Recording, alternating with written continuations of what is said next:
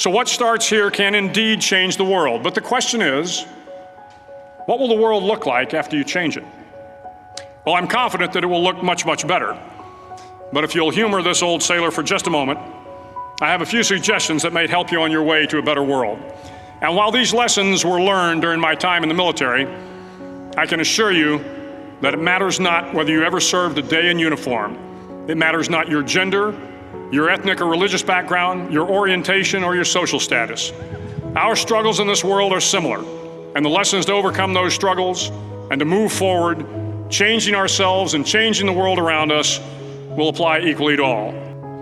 Every morning in SEAL training, my instructors, who at the time were all Vietnam veterans, would show up in my barracks room, and the first thing they'd do was inspect my bed.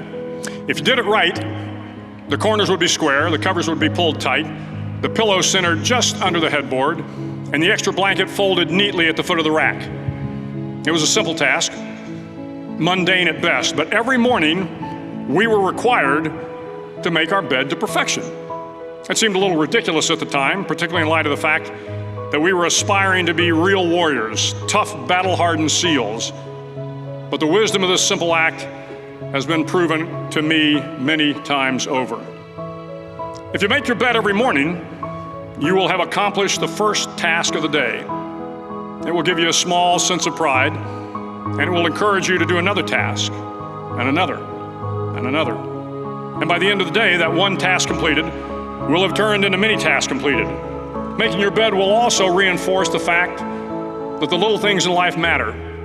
If you can't do the little things right, you'll never be able to do the big things right. And if by chance you have a miserable day, you will come home to a bed that is made, that you made. And a made bed gives you encouragement that tomorrow will be better. So if you want to change the world, start off by making your bed. During SEAL training, the students are all broken down into boat crews.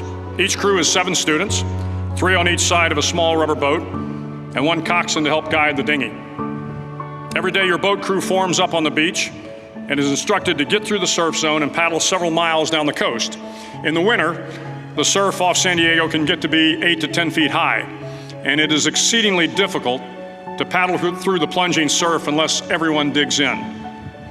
Every paddle must be synchronized to the stroke count of the coxswain. Everyone must exert equal effort, or the boat will turn against the wave and be unceremoniously dumped back on the beach. For the boat to make it to its destination, everyone must paddle. You can't change the world alone. You will need some help. And to truly get from your starting point to your destination takes friends, colleagues, the goodwill of strangers, and a strong coxswain to guide you. If you want to change the world, find someone to help you paddle. Over a few weeks of difficult training, my SEAL class, which started with 150 men, was down to just 42. There were now 6 boat crews of 7 men each. I was in the boat with the tall guys, but the best boat crew we had was made up of the little guys, the Munchkin crew, we called them. No one was over 5'5". The Munchkin boat crew had 1 American Indian, 1 African American, 1 Polish American, 1 Greek American, 1 Italian American, and 2 tough kids from the Midwest. They out-paddled, outran, and outswam all the other boat crews. The big men in the other boat crews would always make good-natured fun of the tiny little flippers the Munchkins put on their tiny little feet prior to every swim. But somehow these little guys from every corner of the nation and the world always had the last laugh, swimming faster than everyone and reaching the shore long before the rest of us. SEAL training was a great equalizer. Nothing mattered but your will to succeed, not your color, not your ethnic background, not your education, not your social status. If you want to change the world, measure a person by the size of their heart, not by the size of their flippers. Several times a week, the instructors would line up the class and do a uniform inspection. It was exceptionally thorough. Your hat had to be perfectly starched, your uniform immaculately pressed, your belt buckle shiny and void of any smudges. But it seemed that no matter how much effort you put into starching your hat or pressing your uniform or polishing your belt buckle, it just wasn't good enough. the instructors would find something wrong. For failing the uniform inspection, the student had to run, fully clothed, into the surf zone, then wet from head to toe, roll around on the beach until every part of your body was covered with sand. The effect was known as a sugar cookie. You stayed in the uniform the rest of the day, cold, wet, and sandy. There were many a student who just couldn't accept the fact that all their efforts were in vain, that no matter how hard they tried to get the uniform right, it went unappreciated. Those students didn't make it through training. Those students didn't understand the purpose of the drill. You were never going to succeed. You were never going to have a perfect uniform. The instructors weren't going to allow it. Sometimes, no matter how well you prepare or how well you perform, you still end up as a sugar cookie. It's just the way life is sometimes. If you want to change the world, get over being a sugar cookie and keep moving forward. Every day during training, you were challenged with multiple physical events: long runs, long swims, obstacle courses, hours of calisthenics, something designed to test your mettle. Every event had standards, times you had to meet. If you failed to meet those times, those standards, your name was posted on a list, and at the end of the day, those on the list were invited to a circus. A circus was 2 hours of additional calisthenics, designed to wear you down, to break your spirit, to force you to quit. No one wanted a circus. A circus meant that for that day, you didn't measure up. A circus meant more fatigue, and more fatigue meant that the following day would be more difficult, and more circuses were likely. But at some time during SEAL training, everyone made the circus list. But an interesting thing happened to those who were constantly on the list. Over time, those students who did 2 hours of extra calisthenics got stronger and stronger. The pain of the circuses built inner strength and physical resiliency. Life is filled with circuses. You will fail. You will likely fail often. It will be painful. It will be discouraging. At times, it will test you to your very core. But if you want to change the world, don't be afraid of the circuses. At least twice a week, the trainees were required to run the obstacle course. The obstacle course contained 25 obstacles, including a 10-foot wall, a 30-foot cargo net, a barbed wire crawl, to name a few. But the most challenging obstacle was the slide for life. It had a 3-level, 30-foot tower at one end and a 1-level tower at the other. In between was a 200-foot long rope. You had to climb the 3-tiered tower, and once at the top, you grabbed the rope, swung underneath the rope, and pulled yourself hand over hand until you got to the other end. The record for the obstacle course had stood for years when my class began in 1977. The record seemed unbeatable until one day a student decided to go down the slide for life head first. Instead of swinging his body underneath the rope and inching his way down, he bravely mounted the top of the rope and thrust himself forward. It was a dangerous move, seemingly foolish and fraught with risk. Failure could mean injury and being dropped from the course. Without hesitation, the student slid down the rope perilously fast. Instead of several minutes, it only took him half that time. And by the end of the course, he had broken the record. If you want to change the world, sometimes you have to slide down the obstacles head first. During the land warfare phase of training, the students are flown out to San Clemente Island, which lies off the coast of San Diego. The waters off San Clemente are a breeding ground for the great white sharks. To pass SEAL training, there are a series of long swims that must be completed. One is the night swim. Before the swim, the instructors joyfully brief the students on all the species of sharks that inhabit the waters off San Clemente. They assure you, however, that no student has ever been eaten by a shark, at least not that they can remember. But you are also taught that if a shark begins to circle your position, stand your ground. Do not swim away. Do not act afraid. And if the shark, hungry for a midnight snack, darts towards you, then summons up all your strength and punch him in the snout, and he will turn and swim away. There are a lot of sharks in the world. If you hope to complete the swim, you will have to deal with them. So if you want to change the world, don't back down from the sharks. As Navy SEALs, one of our jobs is to conduct underwater attacks against enemy shipping. We practice this technique extensively during training.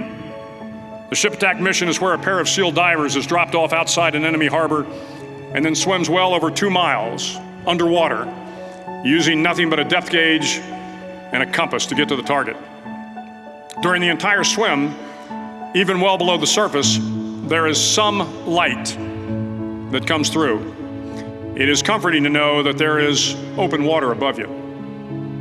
But as you approach the ship, which is tied to a pier, the light begins to fade. The steel structure of the ship blocks the moonlight. It blocks the surrounding street lamps. It blocks all ambient light. To be successful in your mission, you have to swim under the ship and find the keel, the center line, and the deepest part of the ship. This is your objective.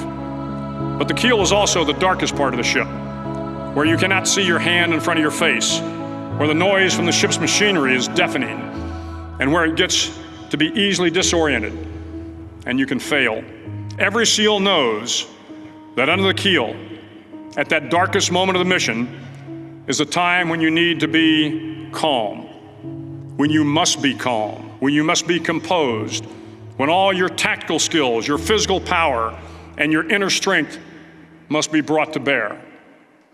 If you want to change the world, you must be your very best in the darkest moments.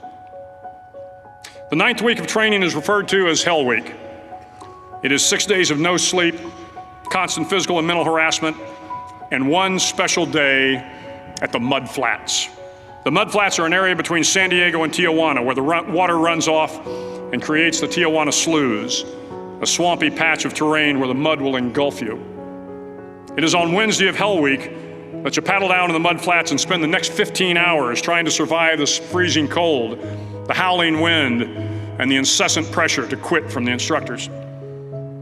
As the sun began to set that Wednesday evening, my training class, having committed some egregious infraction of the rules, was ordered into the mud. The mud consumed each man till there was nothing visible but our heads. The instructors told us we could leave the mud if only 5 men would quit.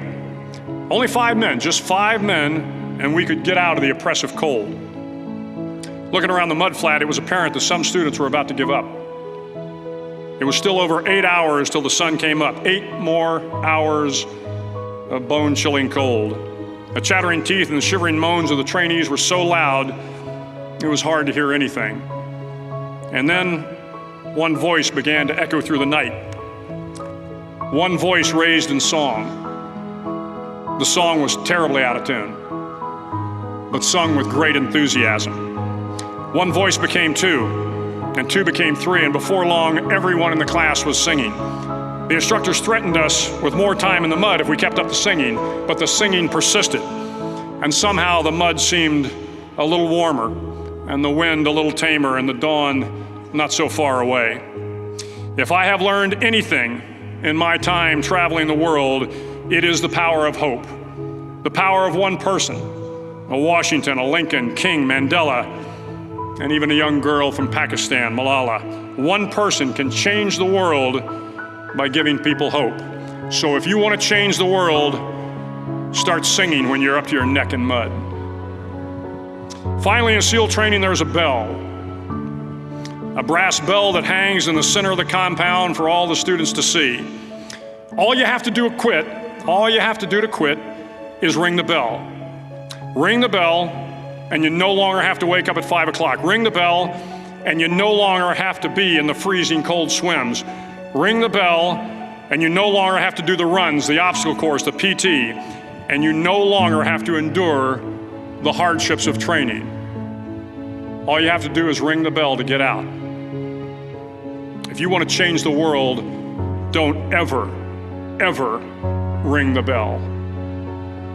To the class of 2014, you are moments away from graduating, moments away from beginning your journey through life, moments away from starting to change the world for the better. It will not be easy, but you are the class of 2014, the class that can affect the lives of 800 million people in the next century. Start each day with a task completed. Find someone to help you through life. Respect everyone. Know that life is not fair and that you will fail often. But if you take some risks, Step up when the times are the toughest. Face down the bullies, lift up the downtrodden, and never, ever give up. If you do these things, the next generation and the generations that follow will live in a world far better than the one we have today. And what started here will indeed have changed the world for the better. Thank you very much. Hook 'em horns.